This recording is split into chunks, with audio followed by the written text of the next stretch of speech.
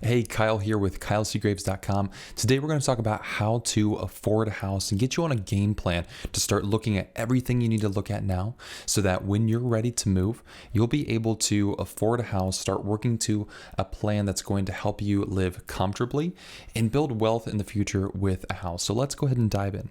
The first two things that we need to focus on when you're looking at affording a house is number one is your budget and your timelines. First, let's talk about your budget. Okay, so we need to first consider a few things from a financial perspective before we can talk about how to afford a house. So number one, we need to talk about a down payment. You need a really realistic idea of what your down payment is going to look like. All right, for most people, you're going to run into a couple different sources saying that there's different down payments. All right, so quick run through. FHA is always going to have a minimum down payment of 3.5%. So take your purchase price times 3.5%. So if it's a $100,000 house, it's $3,500. All right. Conventional is either going to have a minimum down payment of 3% for first-time home buyers or 5% for if you've already been a first-time home buyer. Okay. So people who are buying a second home or have already own a home right now and you're going to purchase another one, your minimum is going to be 5% unless you qualify under some income limits, which at this point most people don't. So good rule of thumb is 5% on conventional if you're not a first-time home buyer.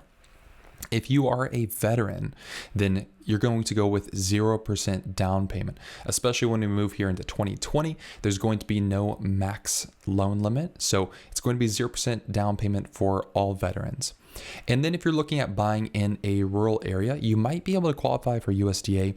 It's a pretty tight box for those loans, but that would be 0%. So what you need to expect here is it's usually either going to be 3.5% or 5% down unless you qualify for one of the special programs that go to 0%. So look at one of those two options there. Also, on top of your down payment, you need to factor in closing costs. Closing costs are normally going to be about 3% of the purchase price. All right. So closing costs can get paid for by the seller. You can negotiate that in with your realtor, but make sure that you have those in consideration. So don't just factor in your down payment. If you're buying a $100,000 house, you might want to have, let's say, if you're going with an FHA loan, $3,500 for your down payment, and maybe you want to have $5,000 total, so you have a little bit of extra for closing costs or any costs that come your way. Okay, also, you want reserves, and reserves are what are left over after closing. Okay, you don't want to completely wipe out your bank account when you're going to purchase a home. And the reason why is because you're going to run into unexpected expenses, right? You could purchase the home and then all of a sudden there's something that you need to fix or you need to paint or you need to repair. You need to fix the door locks. You need to change the door locks. You need to fix a broken window. You need to buy furniture. You need to buy new plates, right? Things like this happen and you need to be ready for them. So make sure you have some money left over there. So already we can see the question of how to afford a house factors in a lot of, do we have liquid cash ready and available to be able to go forward with this purchase? Also, monthly payment. Monthly payment is huge. Go with what's comfortable for you. All right. A lot of people come to me and they say, what's the max that I can afford? And I think that's a really bad question. I think it's fun to see what we can afford. It's fun to see how much a bank is willing to lend to us, but focus on your comfort level. Nobody who's built wealth with real estate focuses on how much debt can I take on. They focus on what's comfortable for me in the lifestyle that I'm living and the lifestyle that I want to create in the future. Also, look at the current debt that you have. Would it be smarter if you took, instead of all of this money up here and putting it towards a house, what if you took this money and paid off debt? What would that look like for you? How much could you save per month? What a lot of people don't consider is if you focus on paying down debt aggressively, look at how much you're going to save per month and what you might save in interest. And that's going to help you build up your savings for buying a house so much quicker. If you can pay off debt and save $500 a month that you were paying on those debt payments, well, now over even a period of 4 months, you're going to have $2,000 saved up. And you can see how quickly you're going to have this snowball effect of having more money saved up to either pay down more debt or put a larger down payment on a house or continue paying off your mortgage once you have a house. All right. Also, make sure that you have an emergency fund. Again, you don't want to purchase and drain your bank account. A good rule of thumb is to start off with $1,000 in an emergency fund.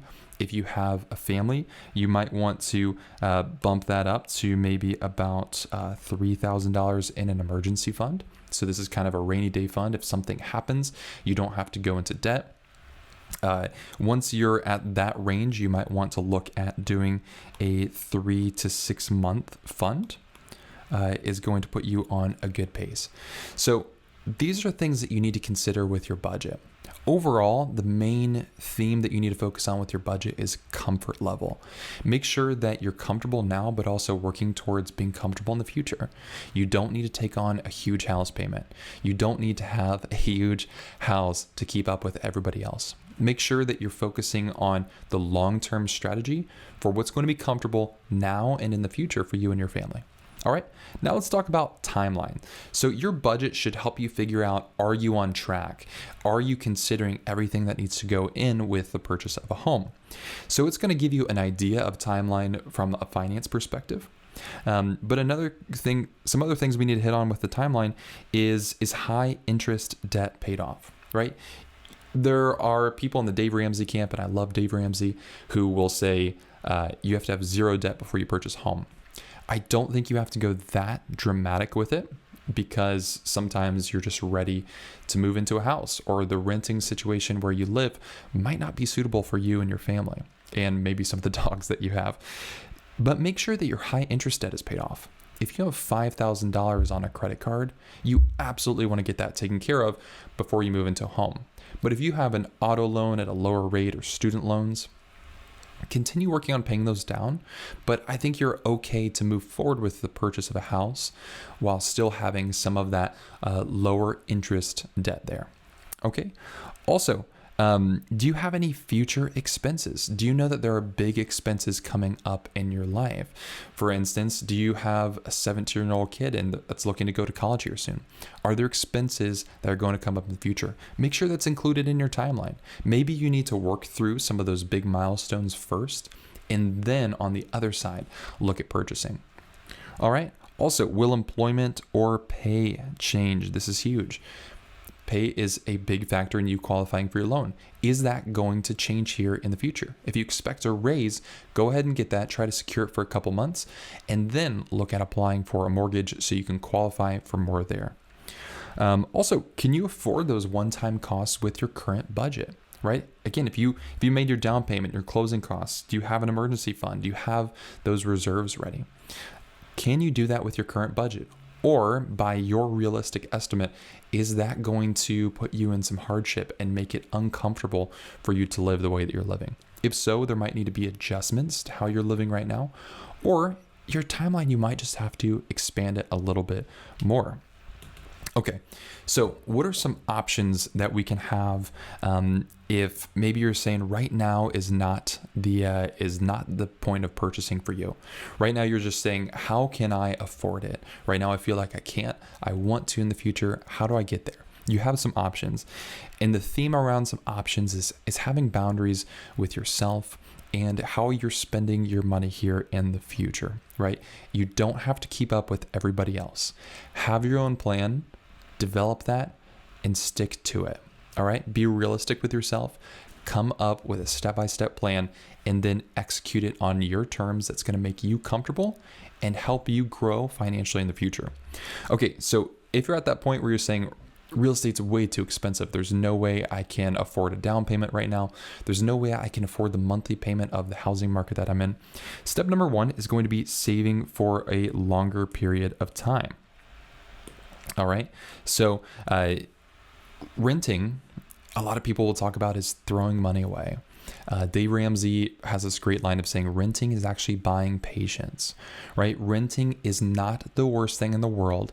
Renting is not going to take all of your money and throw it away, right? Because even when we get a mortgage, you're going to pay a lot towards interest. Renting is going to be buying patience for you in the future. Right? If you're renting and paying off debt, you're making smart decisions to take away things that are sucking your money away. Getting a mortgage on top of a bunch of other debt, on top of not having an emergency savings built up, is not going to those problems aren't going to go away by getting a mortgage, by getting a house. That's going to create more problems that you might not be ready for, because you don't want to have this debt and not a lot of money in the bank and then get a house and then have issues with it, or need to buy furniture or fix up the yard, and then get you into more headache and money trouble with that house. Okay, so you might just need to extend your timeline a little bit, and you're going to have to get comfortable with that on a more soul and emotional level of saying, right now might not work for us, but we have a plan for where we're going to go in the next 2 years, 3 years, 10 years. We have a plan set aside for what's going to be comfortable for us. Okay. Also, reset expectations, and I put rest instead of reset. Reset expectations. It's all about stepping stones, okay? So one of the first things I ask people is, when they're looking to buy a house, is how long do you think you're going to be in this property? And 90% of the time, people say this is their forever home. And 90% of the time, that is not true. You don't have to be ambitious with the first property that you buy, or even the second or third property that you buy, to be your forever home. You're most likely not going to find a forever home, right? You're going to continually find changes in your life and things that were unexpected. Think about yourself 3 years ago. How different were you? How different was your life 3 years ago? And so it's impossible now to anticipate what 3 years in the future is going to look like. So what I tell people is to focus on these stepping stones. It's all like a ladder building up. And this works financially too. So if in your market homes are $600,000 and you're saying there's no way I can afford a $600,000 house, it's perfectly fine. A lot of people are there. So what you might do is you might say, I'm going to purchase a $100,000 house. And as you're building equity in that property and appreciation, maybe you're able to sell it and take some of that equity and put it into maybe a $200,000 house. And same thing, you're building equity and appreciation. Maybe in the next couple of years, then you're able to get up to that $600,000 house, right? Real estate is going to help you gain some appreciation in the property as you're paying down the mortgage. Gain some equity in the property as you're paying down the mortgage, and appreciation. As real estate appreciates, you're going to collect some of that money, and that's money that you can now take and put into the equity of a new house, into the down payment, so you can afford something larger. If you want to do that. Also, broaden your search. All right. So consider commute and trade-offs. If you're in a high expense area, it might be really difficult for you to have a short commute time and afford the property around there. You might have to start looking at what would it look like to expand your commute a little bit. And are the trade-offs of living closer in the city actually worth it? Right? I have a friend of mine who they bought a house in a downtown part of the area, and they spent triple the amount that they would have if they had a 15-minute commute.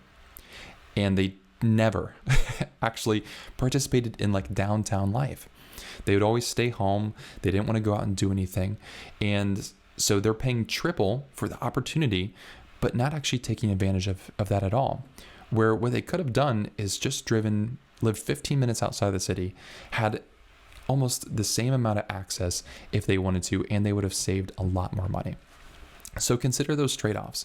Obviously, getting into a 40-minute plus commute is going to be really stressful, but consider what would it look like if you expanded your search into some areas that you might not have thought of before. Reset some of those expectations. And then finally, you're going to want to build your team. You want a realtor and a mortgage advisor. I would go ahead and just entertain some discussions right now, even if you're not ready. A really helpful mortgage advisor and a really helpful realtor are going to get you on track. The mortgage advisor is going to help give you kind of a preliminary review of your finances and your credit. That way they can give you some tips on what you need to do to move forward. What we'll do as well is we do a total cost analysis. And so basically we'll lay out all of the numbers up front for people so they get a really solid idea of what they're working towards. And a really solid realtor, even if you're not looking at purchasing now, they're going to give you some great insight on the market, what they expect the market to do here in the future, and give you some pointers on showing you, hey, you're not ready to buy a $200,000 house yet, but here's what some $200,000 houses look like. That way you can find if that price range is fitting in with your expectations. Okay? So overall, affording a house is going to take patience. Again, take a good view of where you're at, create a plan, and then execute it to get it to where you want to go. Thanks so much for watching. If you have any questions, leave me a comment or a like on this video, and I'll talk to you soon.